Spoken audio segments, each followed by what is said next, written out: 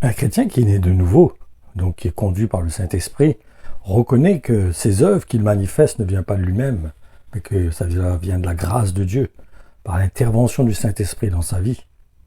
Allons lire Jacques, au chapitre 4, au verset 7. « Alors, obéissez à Dieu, mais résistez à l'esprit du mal. Il va fuir loin de vous. » Nous devons être conscients qu'il y a deux esprits dans le monde. Et ils influencent tous les deux l'humanité. Par contre, celui de Dieu influence aussi l'univers entier. Et c'est pour cela que, lorsque l'Église sera enlevée, la parole nous enseigne que l'univers sera ébranlé dans son fondement. Allons voir cela dans Apocalypse 6,13. Les étoiles du ciel s'abattirent sur la terre.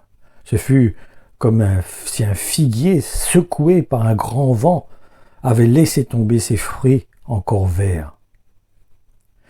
Et s'il y a l'Esprit de Dieu, nous devons prendre conscience qu'il y a aussi l'esprit du diable sur la terre. Et c'est lui qui régit ceux qui n'appartiennent pas à Dieu, ceux qui ne sont pas des enfants de Dieu.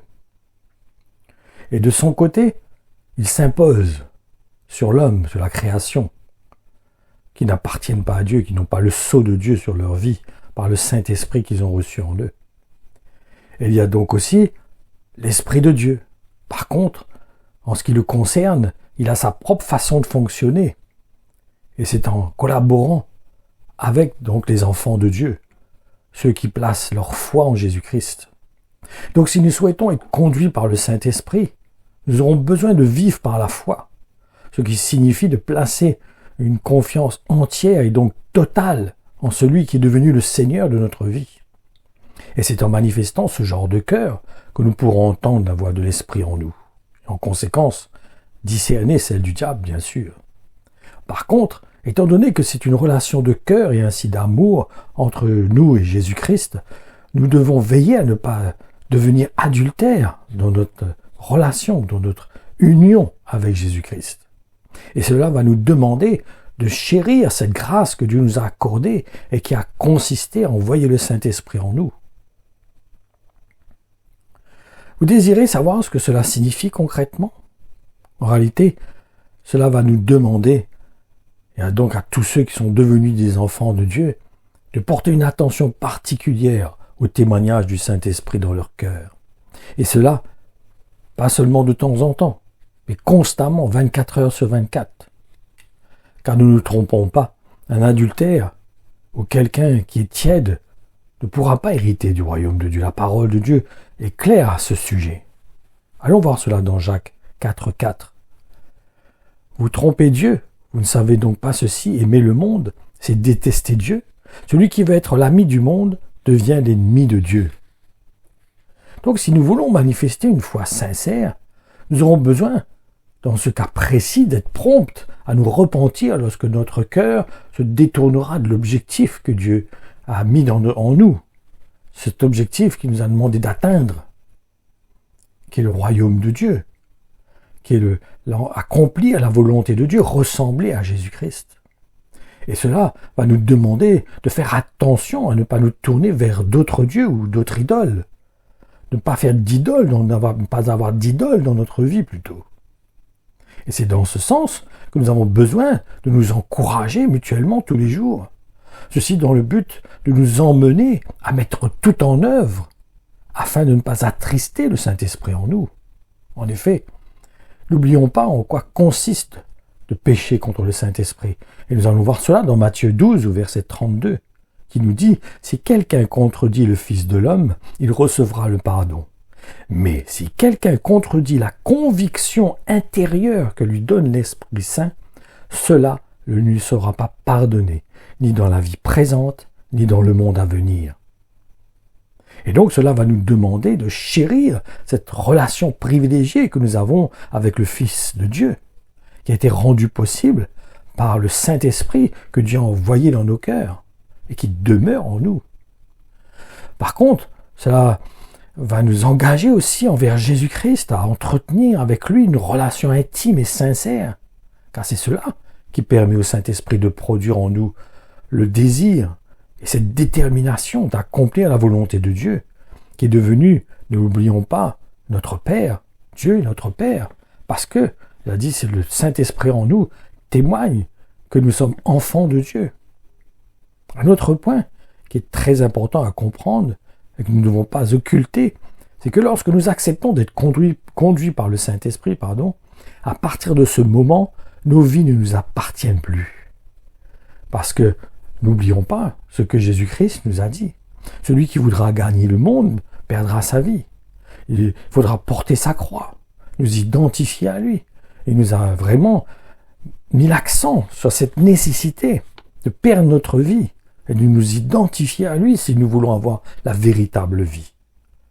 Nous ne pourrons pas partager notre cœur, faisons attention. Galates 5, versets 22 à 25, il nous dit effectivement l'Esprit de Dieu produit bien autre chose.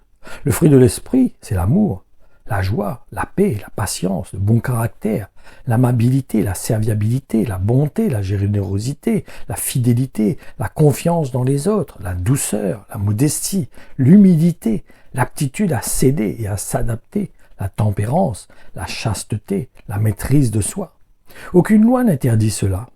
Et contre ceux qui vivent ainsi, elle n'a pas même besoin d'intervenir.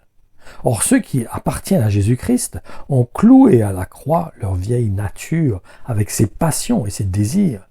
Celui qui a pris Jésus-Christ pour maître est mort avec lui, à ses projets et à ses plans personnels. Puisque l'Esprit est la source de notre vie, laissons-nous aussi conduire par lui. Suivons ses indications et agissons comme il le désire, c'est-à-dire que notre vie, elle aussi, soit spirituelle. Nous devons comprendre que là, il nous énumère les fruits de l'Esprit, ça veut dire ce que produit l'Esprit, l'intervention de l'Esprit en nous, comment il nous aide dans ce sens, comment il inspire notre cœur à faire accomplir ces œuvres-là. Mais n'oublions pas aussi que le diable intervient pour essayer de nous attirer, de nous séduire à manifester aussi ces œuvres. Donc, c'est comme cela, pour cela que Jésus-Christ dit que vous les reconnaîtrez à leurs fruits. Parce que si quelqu'un est vraiment un serviteur de Dieu, un enfant de Dieu, s'il est un disciple de Jésus-Christ, il doit manifester ces fruits que nous venons de voir dans Galates 5. Autrement, c'est un menteur. Il faut absolument que cette personne puisse manifester ces fruits que nous voyons. Pas seulement en apparence, mais il faut que réellement, dans toute sa vie, dans tout son comportement, chez lui, à son travail, avec ses enfants, il faut que, avec le peuple de Dieu, il faut que ces fruits se manifestent, même avec le monde. Autrement, il se séduit lui-même, il se trompe lui-même. Il est mélangé. Il porte aussi bien les fruits du diable que les fruits de Dieu. Est-ce qu'un arbre peut porter différents fruits? Non. Si quelqu'un porte différents fruits, c'est qu'il y a quelque chose qui cloche, il y a quelque chose qui ne va pas. Et un enfant de Dieu, un disciple de Christ, et encore plus un serviteur de Dieu, doit vraiment porter que ces fruits qui ont été énumérés dans Galates 5, versets 22 à 25. Autrement, ça voudrait dire donc qu'il mélange, son cœur est mélangé avec l'esprit du monde, l'esprit du diable et l'esprit de Dieu. Est-ce qu'il est possible de mélanger la lumière et les ténèbres? Non, on ne peut pas mélanger les deux. Ils sont vraiment bien dissociés, ils sont dissociés l'un de l'autre. C'est la volonté de Dieu qui a voulu ainsi, il a séparé la lumière avec les ténèbres. Donc faisons attention. Et le Seigneur nous a avertis, regardez aux fruits. Nous avons besoin de porter attention aux fruits que nous-mêmes, déjà, premièrement, nous portons, s'ils sont en rapport avec ce qu'il est dit dans Galates. Autrement, si ce n'est pas les fruits-là que nous portons, cela signifie que mon cœur est encore sous l'influence de l'esprit du monde. Ça veut dire que je ne suis pas totalement livré à Jésus-Christ dans ce cas. Donc c'est important pour nous de nous assurer que réellement notre cœur appartient totalement à Jésus-Christ et que nous nous appliquons à nous soumettre à l'Esprit de Dieu qui habite en nous. Autrement, nous risquons de manifester ce cœur que Pierre a manifesté envers Jésus quand il lui a dit « Arrière de moi, Satan ». Parce que le diable avait inspiré, insoufflé dans le cœur de Pierre des paroles pour déstabiliser Jésus, pour essayer de le décourager dans de son obéissance à son Père. Et nous-mêmes aussi, des fois, le diable vient essayer de nous déstabiliser, de nous influencer, de nous emmener à être frelatés dans notre cœur, avoir un cœur mélangé, avoir vous savez, on met de l'eau dans du vin, on dit. Le monde dit on met de l'eau dans du vin pour faire comprendre qu'on on a mélangé notre cœur avec différentes positions.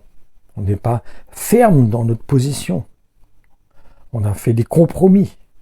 Donc c'est important pour nous de vraiment veiller là-dessus. C'est ce que Dieu nous demande, afin que réellement nous puissions être des réels enfants de Dieu qui manifestent réellement le cœur de Dieu. Et on a besoin de s'appliquer dans ce sens, parce que le Saint-Esprit nous conduit dans ce sens. C'est-à-dire c'est pas moi qui le fais, mais c'est mon intimité avec lui, ma relation que j'ai avec lui, ma dépendance de lui, avec de sa grâce, me permet de porter ses fruits.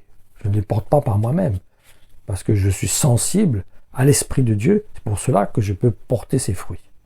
Voilà, que Dieu vous bénisse, que sa grâce encore vous accompagne, que sa parole renverse les forteresses, les raisonnements, et qu'elle nous emmène réellement à nous soumettre à la volonté de Dieu. Soyez pleinement bénis au nom du Seigneur.